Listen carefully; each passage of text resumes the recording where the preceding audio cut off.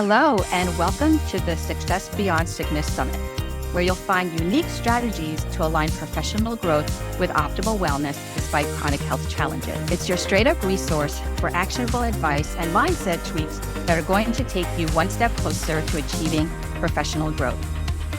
Welcome back. I'm your host, Trisha Tayan, and today we're speaking with TK Mason. TK is a symbol of resilience and personal growth, dedicated to helping others find genuine healing. As a loving spouse, caring parent, enthusiastic rock climber, and adventurous spirit, she once completed an impressive Grand Canyon rim-to-rim hike in just 12 hours. TK embodies a life lived to the fullest. Known affectionately as TK the tardigrade, she shares the tenacity and vitality of these microscopic creatures famed for surviving in harsh conditions.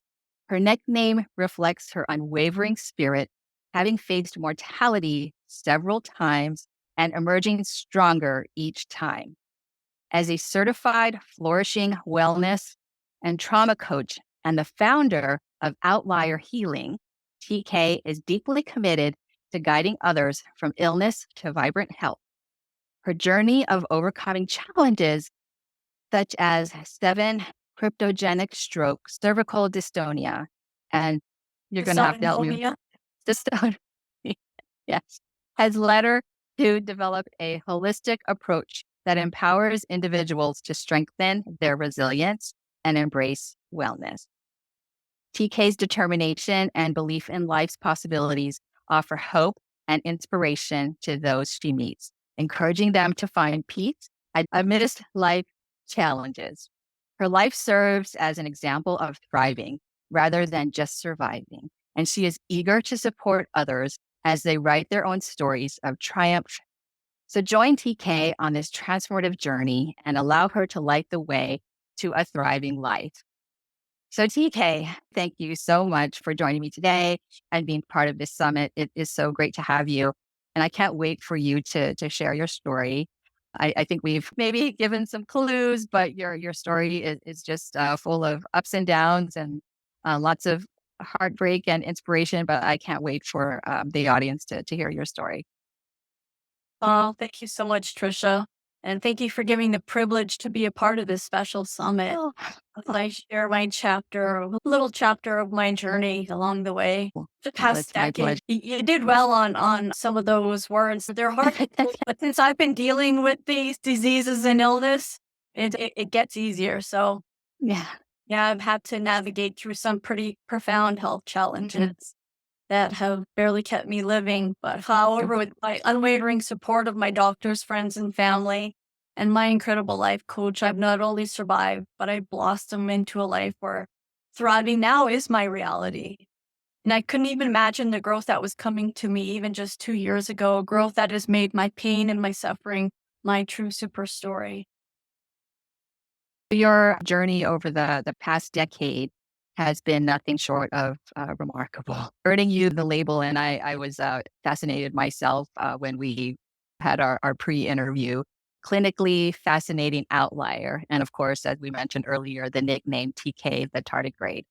So can you delve deeper into how you acquired these unique titles and what they signify in your journey? TK the tardigrade was a name actually my husband gave me. And I thought it was an insult until I read about tardigrades and what if nobody knows what a tardigrade is, they're basically water bears or moss piglets, and they're a phylum of 8-legged segmented microanimals that can survive the most extreme situations. They've been shot out of cannons, they've been frozen, and they even landed on the moon. They can survive almost anything, and I like them. I'm a tough survivor too. But I'm here to tell everybody in the summit that not only I, but each and every one of you can be just as tough too. In addition to the tardigrade title, they have labeled me pretty much on all my doctors, all the hospitals, all the papers, clinically fascinating outlier that they've ever seen, because I have survived a 7-centimeter blood clot. I have survived 7 cryptogenic strokes, not TIAs, but real cryptogenic strokes, because they didn't know what was causing them. So there was 7 explosions with 7 damages done to the brain cells. And that's what the difference between a TIA. A TIA is there's no brain cell damage. I survived 7 of those. The last one was in ICU, and they actually caught it as I was going through the CT scanner, which was pretty crazy. After that, I developed multiple neurological and GI disorders. I've had head traumas, cervical dystonia, neuropathy, endless dizziness and nausea. A year and a half ago, I was diagnosed with central sensitization syndrome. And the big word, I have some form of dysautonomia that is being driven by an unknown autoimmune disease, which led right into my complex PTSD. And you're probably wondering, with a rap sheet like that, how am I even alive? That was my reaction when I heard your story. But despite the clinically fascinating label, let me tell you, there is nothing clinical about me. I'm just simply a fascinating outlier. Did I skip a question or do I? No, no, not at all. So with that, can you share with us how your perspective on yourself has evolved over the past couple of years, particularly in relation to your sense of identity and your role as an outlier? That's a good one. Over the past 2 years, with the guidance of my life coach, and I've undergone profound shift in perspective to realize that my identity extends beyond mere survival. And I'm embracing the role as an outlier. Because when we're sick, that's what the doctors want to do. They want to put us in a box and they want to label us, and that defines what we are. But it tells us what we are, but it doesn't have to define us. And I view myself as someone who shapes and builds rather than just merely preserves, whereas many people would have unfortunately not survived some of the things I've gone through. So I've been leading into the outlier that they gave me and taking that challenging journey along so that I can do good for others out there in the world. So I know there's a lot of people in the shadows sitting there thinking they're alone, I'm sick, no one can understand this, I'm the only one. There's about 1 million outliers out there in the world. And then there's even more sick people out there still struggling in the shadows, thinking they're alone. And it's my heart to build a community and help those learn how to thrive instead of just surviving, even if we're sick, because the label doesn't define who we are. Absolutely. That is so wonderful, this how you're helping others despite everything that you've been through. So, how has your journey changed your perspective of illness? I've grappled with illness for well over a decade, but the two hardest things I've had to survive and overcome has been honestly the isolation and the loneliness. Nobody understood what was going on. The top doctors in the world don't know what's going on. They still don't know what's going on. They're still just testing me and waiting to see if one day they can figure it out. It is my job, I believe now, and my goal to be a voice for the vulnerable so that the hope can reach the outskirts and the people that are sitting in the shadows. And I want to be able to empower them to show that there's more to life than just being sick. And how do we achieve it? How do you do it when you're sick? How do you do it when you've had a stroke and you can only take a few steps? How did I get to walking a couple steps at a time to walking over 10,000 steps daily? So I just really want to foster that community where there is a safe place and where people understood. Because even the people who live in our own homes under our own roofs, they live with us and they see it, but nobody gets it. You can't get it unless you experience it. Because there's plenty of times where I'm up in the middle of the night and I'm downstairs on the sofa, curled up in a ball, crying and thinking there is no hope. But there is, and when stuff like that happens, our family doesn't know, and you don't wanna tell them the next day, "Oh, I spent most of the night crying," Right. because then they're gonna feel worse, and then they're gonna feel bad that they're not there, and community is vital, especially when we're sick, and then instead, what happens when we're sick is the isolation takes over, and we become very isolated, we become afraid, we become we curl up like a turtle into its shell. For sure, I've experienced all of those myself in different phases of the illnesses that I've had. But thanks for calling that out and recognizing and giving hope. So you mentioned about the doctors are still studying you, if you will. In doing that, what's the number one question that you get asked by the doctors and even just people in general when they hear your story? I would say my army of doctors and the people constantly ask me, what am I doing to improve my health so much? I've amazed my doctors by defying the odds. I have a form of dysautonomia, so my autonomic system is broken. And for me, usually I'm always in the sympathetic nervous system. So I'm in fight or flight mode. I'm in fight. I usually don't flight. So my parasympathetic system, where that creates our autonomic system, mine is broken and it was shattered and nothing was working. And the survival part of me, which is in the sympathetic nervous system, was, I say, it was taking over and hijacking my parasympathetic. And I have, with dysautonomia, I have issues with like dizziness, with my blood doesn't function right. So when I stand, the blood falls all the way to my legs, and my body doesn't know that it's supposed to be pumping the blood back up. So I'm constantly wearing like 30 to 40 procession grade compression clothing. I have compression clothing for my arms and my hands when I hike and I go up hills. But doing it, I have defeated so many odds because I refuse to give up. I've defied my 24/7 dizziness and my nausea for 3 years in a row. If I looked right, I was dizzy. If I looked left, I was dizzy. And getting stuff off the ground was, I just wanted to cry. My daughter, my husband, I would drop something. Don't worry, mommy, I'll get it. No, because they know that it was so hard. But I beat that dizziness by developing my own ball therapy when I was actually trying to correct my cervical dystonia. Something else I've improved, which is supposed to be impossible to ever prove. So I fell on my head in December 2016 and it left me with cervical dystonia. And this is where my head, I sort of see because I'm looking this way. This is where my head constantly wants to pull and torque. And so for years, I would sit there and I would talk to people so that I could push.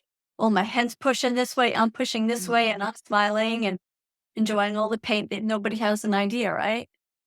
But understanding neuroplasticity and the power of it has corrected my cervical dystonia from when I was here.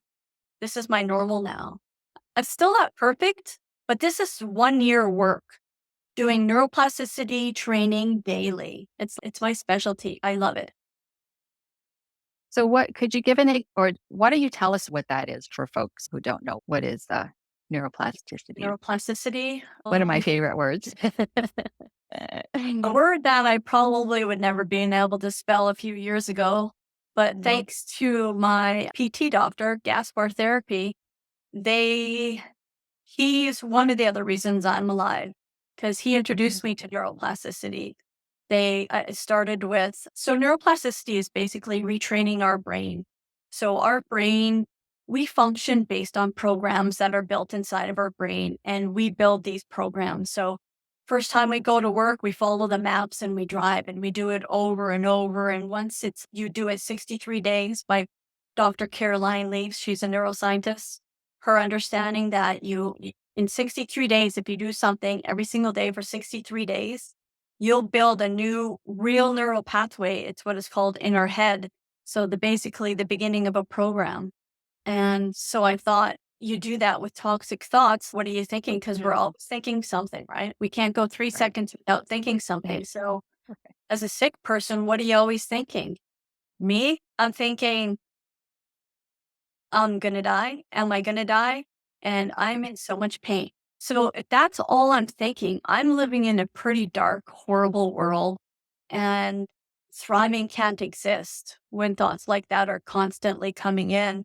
So the first thing with neuroplasticity, we need to rewire the way we think, the way we hear. And then it sounds simple. Yeah, you have to catch yourself. No one can help you do this. Right. But Dr. Gaspar had put a device called Behavior. It's like a virtual reality. goggles and I put it on and I entered into the realm of 3D. And I was able finally for the first time to understand what was happening. Because when I showed up in PT, maybe 6 months after my strokes, I was a hot mess. I was like on fire. I was a forest fire from head to toe. And so he put me on so I could start to understand the brain and how it's connected to the body and how our systems work. And I went through this program and it changed my life. After that program, I was able to get off all my pain meds and all my muscle relaxants that I've been on for years. And if anyone doesn't know, pain and muscle relaxants messes up our body. It messes up our GI, our stomach, our heart, just so many things that we have to take to get out of pain. And if I could stop that part, then maybe I could start healing the next part. And that's what the neuroplasticity did. And I was just like, wow, if I could do it with that, what else could I do? Yeah. And I thought if neuroplasticity is about retraining and thinking and building new programs to think differently, then couldn't I then put it towards my body to be like, couldn't I repair my own body? Because Right. how's it go? Once in a time? How are the fairy Once tales? upon a time. Once upon a time. Thank you. That's the seven strokes. Once upon a time, my body was healthy. And so all that information, everything we do in life, every memory, everything we smell, we taste, we touch, we feel, we do, everything is recorded in our brain. Our brain is so powerful. It is like the strongest, biggest, best computer in the world. Nothing can outdo it. And there's just so much space there that no matter how much we think or try to build in our brain, we can never reach the capacity. That's how much storage we have. So if that storage of all the data of what it took to be a healthy body is still in there, but I like to call it like off-roading. So there was an accident called 7 strokes and the bridge collapsed. And now my program goes from here and it's, oh no, where's the road? It's not there. Oh, cool. And so then we just sit there and that's what we do. People, fading in and out. We sit there like this going, oh, how do I get over there? I'm broken. My neck's always going to be like this. I'm never going to get better. But not with neuroplasticity, because it's 3 simple words. As neuroscientist Dr. Caroline Leaf says, think, feel, and choose. Think. What are you thinking? I'm constantly thinking my cervical dystonia is killing me. Feel. What does it feel like? It's brutally painful 24/7. It's relentless. Choose. Oh, I get to choose. I get to choose. Do I want to accept it? I understand it, but do I want to accept where my body is for the rest of my life? No. And when I realized that, I was hiking up a hill, and I said, no. And my cervical dystonia in that moment improved by at least 10%. By the time I got home, I was in tears. My husband thought something was wrong. And I said, no, I just realized something. What I was doing, I was building, because when I fell on my head, I couldn't turn left. So in order to describe to the doctors what I was feeling, I said, it's like there's this invisible wall that I can't look past.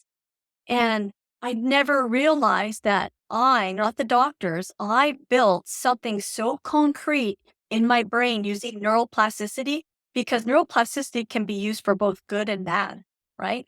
So the example of bad is there's this invisible wall. Oh, now my brain's, oh, that's like a definite thing.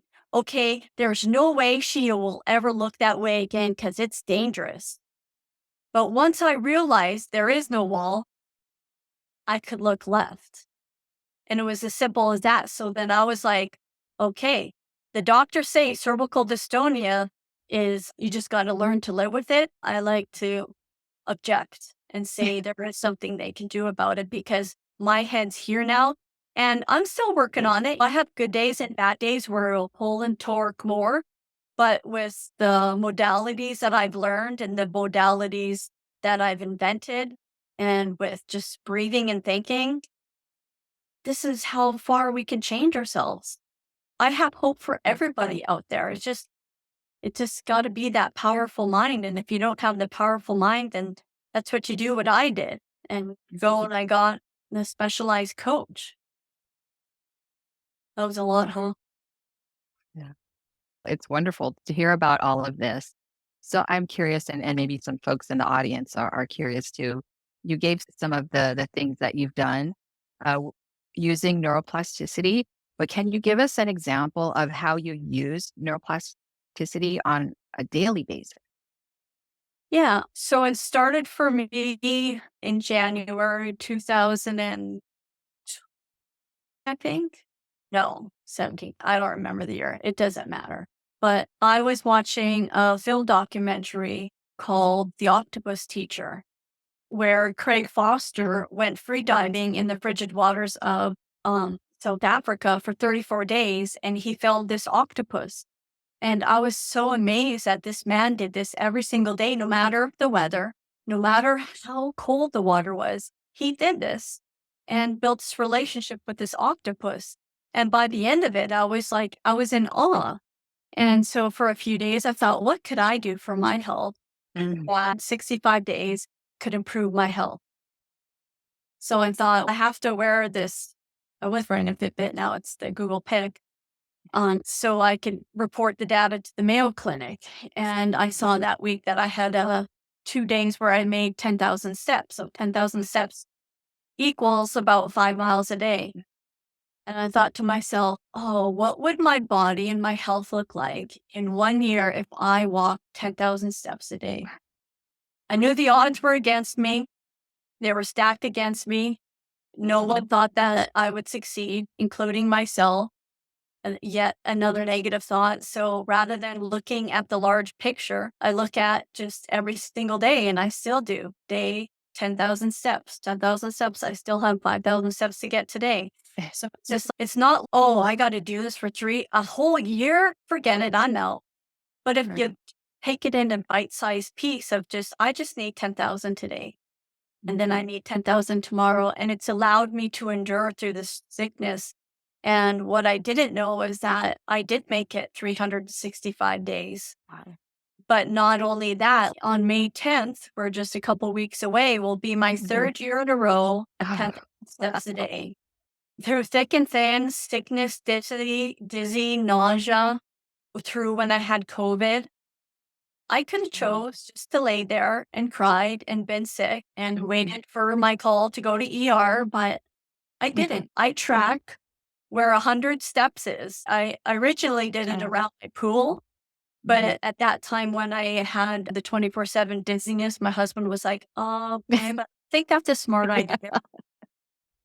So I live on a crescent, so I tracked 100 steps and I would track as many as I could, and then I would go and I'd lay down. And then I would come back with all my vestibular gear on, the glasses, because I was really sensitive to light. And I would just walk 100, there's 100 steps. And it didn't matter if it took me all day. Some days it takes me an hour. If I just plug it out, it's an hour and a half for me to get 10,000 steps in. Wow. But some days it's right from when I wake to right before I go to bed. I just squeeze in those 10,000 steps. So I use that as my neuroplasticity. So now not only did I build this little neural pathway, but I've turned it into this oak tree, this strong tree for 3 years that says, you got COVID? Man, I know you don't want to go now, but in 3 days, you're going to want to go because you would have lost that streak. And I do. It is. 10,000 step has become a part of who I am. It's helped with my health physically. Before I showed up at the Mayo Clinic and they wanted to give me a feeding tube because I had lost so much weight so fast and I was just skin hanging off a skeleton. Yeah. And that year I walked with 3 girlfriends who had cancer and they all passed and I survived and all their children without their mother. And I do what I do because of my why, which is my daughter. No, we all need a powerful why. If we say, oh, I'm too sick, I can't do this. It's just, then you don't have a powerful why in your life. And everybody, I promise you, everybody has a powerful why in their life. You just got to sit quiet for a while and figure out what that why is. Then for me, it doesn't matter if I died. I have more lives than a cat. And if God takes me home, then God takes me home. But I don't want to die because I don't want to be a mother who's left a child behind. So she's my why and I fight, and I'll do everything. I go down every rabbit hole. I learn all I can about neuroplasticity, especially when I don't know a neuroscientist. I wish I did so that I could say, hey, do this. And I didn't. So I started doing my cervical dystonia and I just started thinking outside the box. So if they're going to label me an outlier, then I'm going to act like an outlier. Yeah, And that's what it takes to survive. absolutely. What a journey that you've been on, and it sounds like you will continue to be on. And I am so inspired by your 10,000 steps. I think I mentioned that to you before in our last conversation. And pre-congrats on your third anniversary of doing that in just a couple of weeks. I think by the time we air this, it'll probably be a few days away. Absolutely, quite an accomplishment to celebrate, and so much great advice that you've given us as well. And in addition to, I'm wondering if there's some other advice that you could give us, perhaps for others who might be facing some similar, health challenges where they've heard about neuroplasticity and they want to learn how to harness the power of it themselves for their own healing journey.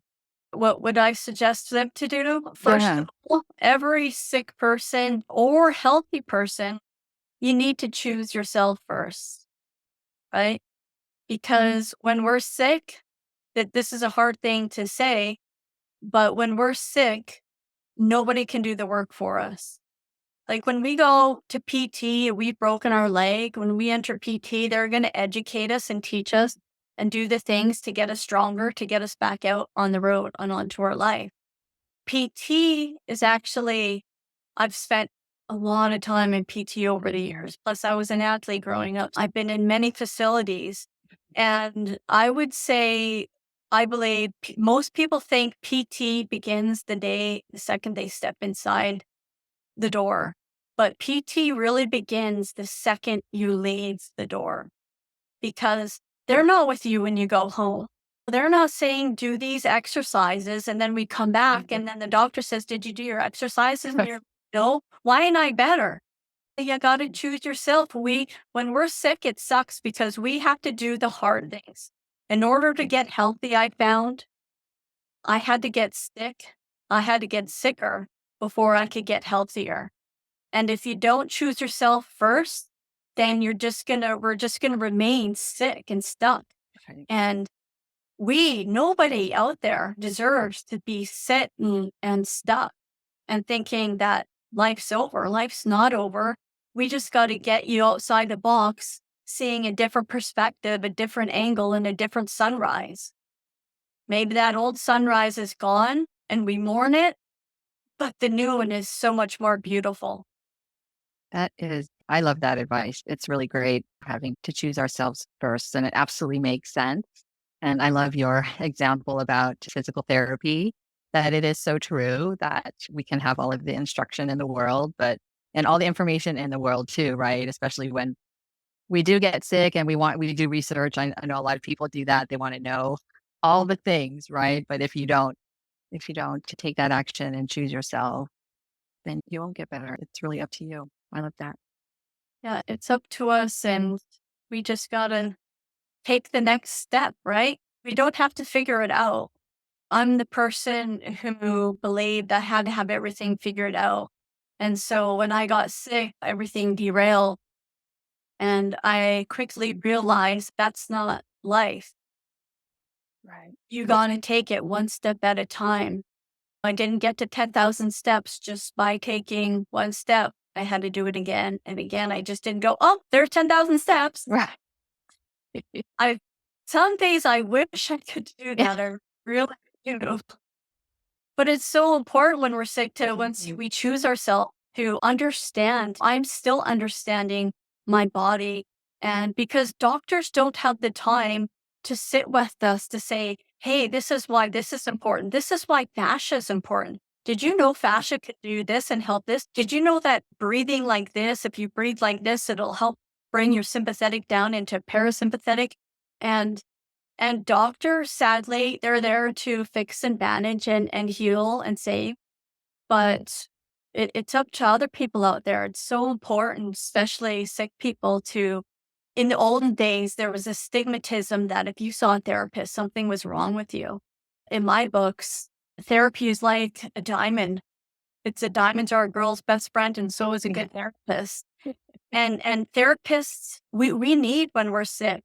We need a therapist to get us through the trauma and stuff. And then when we get to that point, therapists do something that coaches can't do, and coaches do something that therapists don't have time to do. Where do we go? We're lost. That's why having someone sick have a therapist that they trust and a wellness coach. I would pick a wellness coach if you're sick, and someone who's gone down the sick road, who understands. I thank God I have not had cancer, but I've walked with many people with cancer. My mother and my brother had cancer. And so I don't understand what that feels like, but I know what it feels like to be nauseated. I know what it feels like to be nauseous, not to be able to eat. I know what it feels like to be alone. Like, we all have something in common. And if we all cut our blood, every single one of us on earth, we all bleed red. Yeah. Doesn't matter what we are. And the beauty is that our body, if we cut ourselves, it knows how to heal itself. I don't. I can't command it and tell it how to heal. It just knows how to do it. And that's what the brain and neuroplasticity does. So I can start to say, no, cervical dystonia, this is my new neutral. And I have habits every night when I go to bed. I do neuroplasticity work every single night, and I have had for a couple of years. And I go to bed and I get in a flat position. And for me, because I have cervical dystonia, I actually place a pillow under my head so it's easier to keep my head straight in a neutral position. And it allows these muscles to relax a bit so I can stay neutral. And then I actually command my non-conscious. I say, okay, non-conscious, I call it off-roading at night. Okay, let's go off-roading. Tonight, I need you to realign my neck and to have the muscles and the tendons behave in neutral where they're supposed to be. Let there be no pull. You know where it is. I don't know where it is. I'm going to sleep. So that's what I want you to work on when I go to sleep. I sound like a crazy woman. No, not at all. I love it. Look where my head is. I could cry.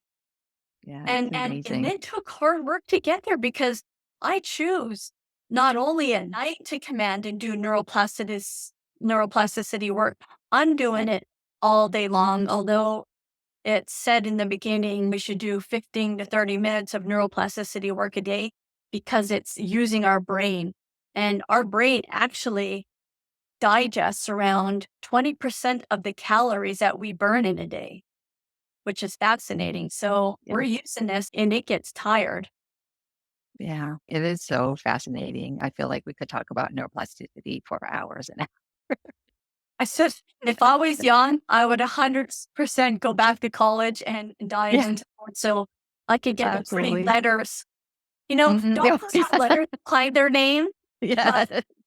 I struggled when I was starting Outlier Healing, because I come from art background. I was used to do 3D computer animation. I'm a graphic designer. And I felt imposter syndrome was huge. I was like, how can I talk about this? I'm not a doctor. I'm not the therapist, but I do have all the certifications now to be a coach. And I have all the lived experience. Not one doctor can say they've lived through. How do you live through 7 strokes? How do you get out of dizziness? How do you rewire your brain so that your cervical dystonia is getting better? I wonder if there's paralyzed people out there that they could do this too. Why not? That's a great question. Great provocation. Actually, is that going to be your next mission? My next mission is to start whoever is brave enough to come out. Like, I want to walk with them. I want to meet them where they're at. I want to meet them. Only taking 100 steps, then that's where we start. But I know I can get them to 10,000. I can get them thriving, even if they still have cancer badge up here or this POTS badge up here, or it doesn't matter. Once we can take the label off of ourselves and put it on the table, that's when each and every single one of us is going to start to thrive. Yeah. That is so beautiful and so very generous of you. And you've been so generous with your time as well and sharing your story and your journey and all the lessons that you've learned and that you shared with us. So again, thank you so much for being here. And I think you have something else to share with the audience as well. I do. I have a free ebook if anyone wants to read up more on me. I wrote an ebook about how you go about getting 10,000 steps a day. If you sign up on my website for that, you'll just get it for free and read it. And anyone who is curious about me or wondering if or how I can help them, you can contact me on my website on outlierhealing.com and we can do a free discovery call and figure out what battles you have to overcome because we'll overcome them together. That is so beautiful. And we'll make sure that we provide your links to our audience. Is there anywhere else they can connect with you and learn more about you and Outlier Healing? Pretty much Outlier Healing's the best place I am on social media. I am on Facebook. I'm just starting up on LinkedIn and everything else, so that will be up in a couple of weeks. But yeah, I would love to come and help people speak in churches, speak in conferences, speak anywhere because my voice is for everybody to hear because we're all hearing toxic thoughts, especially after COVID. We're all lost and we're all in these cages. And I'm telling you, life is so much nicer outside of the cage. Yeah, absolutely. TK, do you have any last piece of advice or tip or an action step before we go? My action step would be what's one thing you want to change in your life today? And start doing it. And if you don't think you can do it on your own, then call me up. We'll get you I love doing it. I love that. I love that so much. And thank you again for being here and sharing that advice as well as this entire conversation. It's just been so inspiring. And I know it absolutely makes me feel like I can do anything. So thank you so very much. It's been really great having you. And for everyone tuning in, thank you as well for being here. And I do want to leave the audience with one thing. okay. And it's this. Montel Williams said, you have every say in what you have no say in what happened to you, but you have every say in what you do about it. Life is 10% what happens to you and 90% what you do about it. And like I say to all my step warriors, I say, be brave, be strong, be kind to yourself and keep on stepping. We gotta That be is kind. wonderful. Yes, absolutely need to be. So So thank thank you you. again for Thank sharing you. that. Words to live by for sure, because there is always things happening to It's us always that gonna we don't happen. have. Yes, yes. So we'll make sure everyone has your links. And again, thank you so much for being here and sharing your journey and all of your wisdom and your beautiful heart and willingness to help so many people. And for everyone, again, thank you for tuning in and be sure to tune back in to the rest of our Success Beyond Sickness Summit interview series. Take care and we'll see you next time. Thanks, Trisha. Thanks everyone for coming out.